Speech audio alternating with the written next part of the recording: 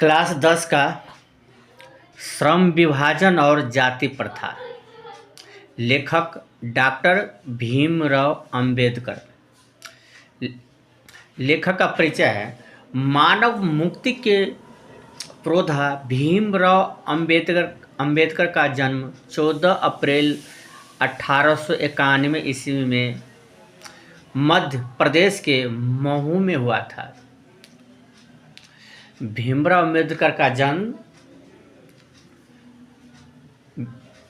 14 अप्रैल 1891 ईस्वी में मध्य प्रदेश के महू में हुआ था।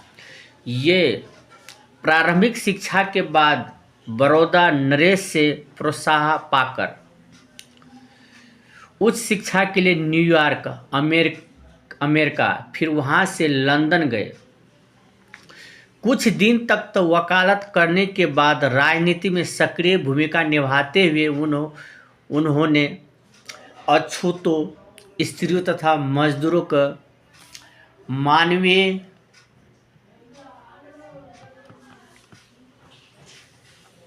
अधिकार तथा सम्मान दिलाने के लिए अथक संघर्ष किया। अथक का अर्थ ये हुआ कि न थकने वाला। इसका निर्धन 6 दिसंबर 1956 ईस्वी में हुआ। भीमराव अंबेडकर का मृत्यु 6 दिसंबर 1956 में हुआ। अब प्रमुख रचना: the castes in India, their mechanism, genesis and development, who are Shudras, Buddha and his Dhamma, annihilation of caste, the constable who are they, ambulance of evolution of प्रोबिलिशियम, finance, the rise and fall of Hindu when.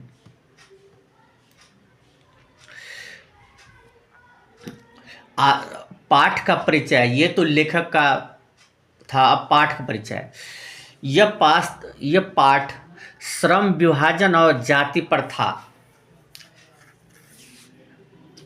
लेखक के विख्यात भाषण annihilation of cast का अंश है।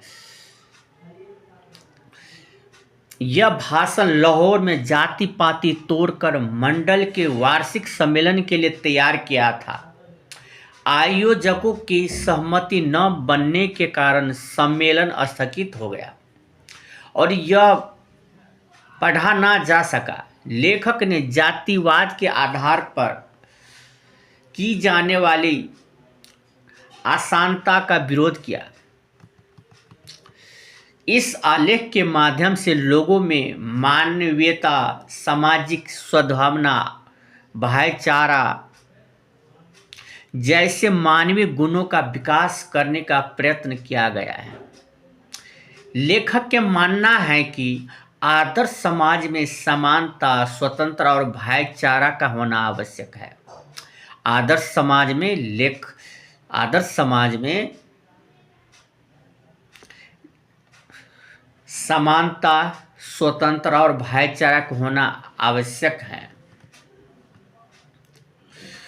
प्रस्तुत पाठ श्रम विभाजन और जाति प्रथा में लेखक ने जाति आधार पर की जाने वाली असमानता के खिलाफ अपना विचार प्रकट किया है। लेकिन लेखक का कहना है कि आज के प्रवेश में भी कुछ लोग जातिवाद के कटु समर्थन हैं। उनके अनुसार कार्य कुशलता के लिए श्रम विभाजन आवश्यक है, क्योंकि जाति प्रथा श्रम विभाजन का ही दूसरा रूप है। लेकिन लेखक के आपत्तित है कि जातिवाद श्रम विभाजन के साथ श्रमिक विभाजन का रूप लिए हुए है। श्रम विभाजन किसी सब समाज के लिए आवश्यक है। श्रम विभाजन किसी सब समाज के लिए आवश्यक है, परंतु भारत जाति प्रथा श्रमिकों का अस्वाभाविक विभाजन करती हैं और इस विभिन्न वर्गों को एक दूसरे की अपेक्षा ऊंच नीच भी करा देती हैं। लेखक कहते हैं कि जाति के आधार पर हम श्रम विभाजन के किसी भी समाज में नहीं पाया जाता। जाति प्रथा को याद यदि हम विभाजन का मान लिया जाए तो यह स्वाभाविक नहीं है, क्योंकि यह मनुष्य की रुचि पर आधारित है। इस सक्षम समाज का कर्तव्य है कि वह व्यक्तियों के अपने रुचि या क्षमता के पेशा कार चुनने के योग्य बनाए। इस सिद्धांत के विपरीत जाति प्रथा का दूषित सिद्धांत यह है कि इससे मनुष्य के माता पिता के सामाजिक स्तर के अनुसार पेशा अपनाने के लिए मजबूर होना है। जाति प्रथा में गर्भधारण के समय ही मनुष्य का पेशा निर्धारण कर दिया जाता है और अन्यायपूर्ण है। अब जैसे जो जात है, मुसहर है, चाहे जो भी जात है, उसका जन्म के समय ही उसका पेशा क्या करना है, धोबी का कपड़ा धोना है,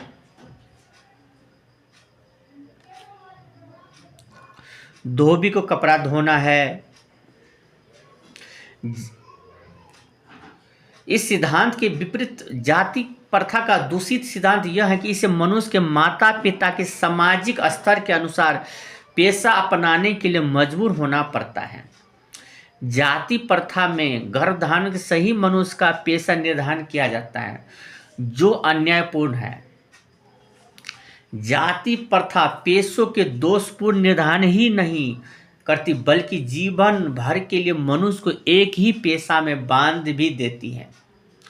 इसी के कारण यदि किसी उद्योग धंधे या तकनीक में परिवर्तन हो जाता है तो लोग को भूखे मरने के अलावा कोई चारा नहीं रह जाता है। जाति प्रथा पेशे के दोषपूर्ण निर्धारण ही नहीं करती, बल्कि जीवन भर के लिए मनुष्य को एक ही पेशे में बांध देती हैं। इसके कारण यदि किसी उद्योग धंधे तकनीक में परिवर्तन हो जाता है तो लोग भूखे मरने के अलावा कोई चारा नहीं रह जाता।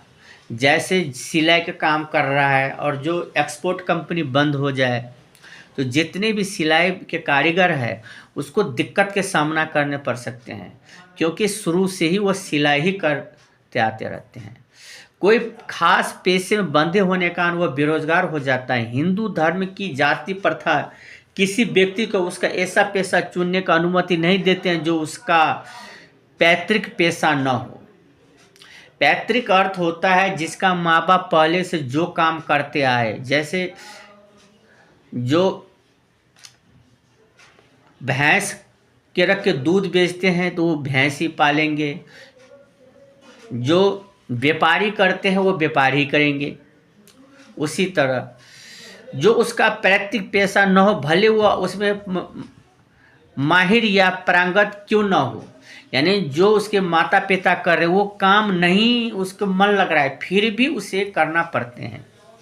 अर्थात आप किसी कार्य में कितना भी अच्छा होते हैं तो क्या हुआ, जाति प्रथा के अनुसार अपने पिता के ही पेशा अपनाना पड़ता है।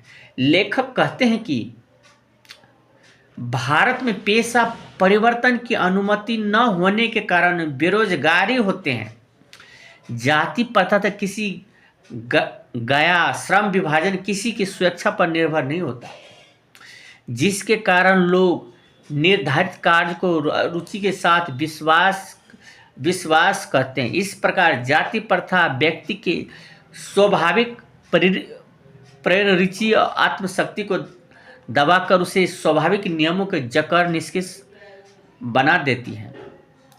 जाति प्रथा में श्रम विभाजन का मनुष्य की इच्छा पर निर्भर नहीं करता है, बल्कि वो अपने पिता के पेशे में बंध जाना पड़ता है। ऐसे स्थिति में जहाँ काम नहीं लगता, न दिमाग को इस कुशलता भी प्राप्त की जा सकती। इसे लेकर कहते कि आर्थिक पहलू से भी जाति प्रथा एक हानिकारक प्रथा है। समाज के राजनीतिक पहलू पर विचार करते हुए लेखक कहते हैं कि आदर्श समाज वो है जिसमें स्वतंत्रता, समानता, भाईचारा को महत्व दिया जाता है। कोई कुशल भी प्राप्त नहीं की जा सकती, इसलिए लेखक कहते हैं कि आर्थिक पहलू से भी जाति प्रथा हानिक प्रथा है। समाज के रचना पहलू विचार करते हुए लेखक कहते हैं कि आदर्श समाज वह है जिसमें स्वतंत्र समता भाईचारे का महत्व दिया जा रहा है। लेखक भाईचारे की तुलना दूध और पानी के मिश्रण से किया है। ये भाईचारे का दूसरा लोकतंत्र है। लेखक अंत में कहते हैं कि समाज में एक दूसरे के प्रति श्रद्धा समान की भावना रखना चाहिए ताकि समाज में जाति प्रथा का अंत किया जा सके।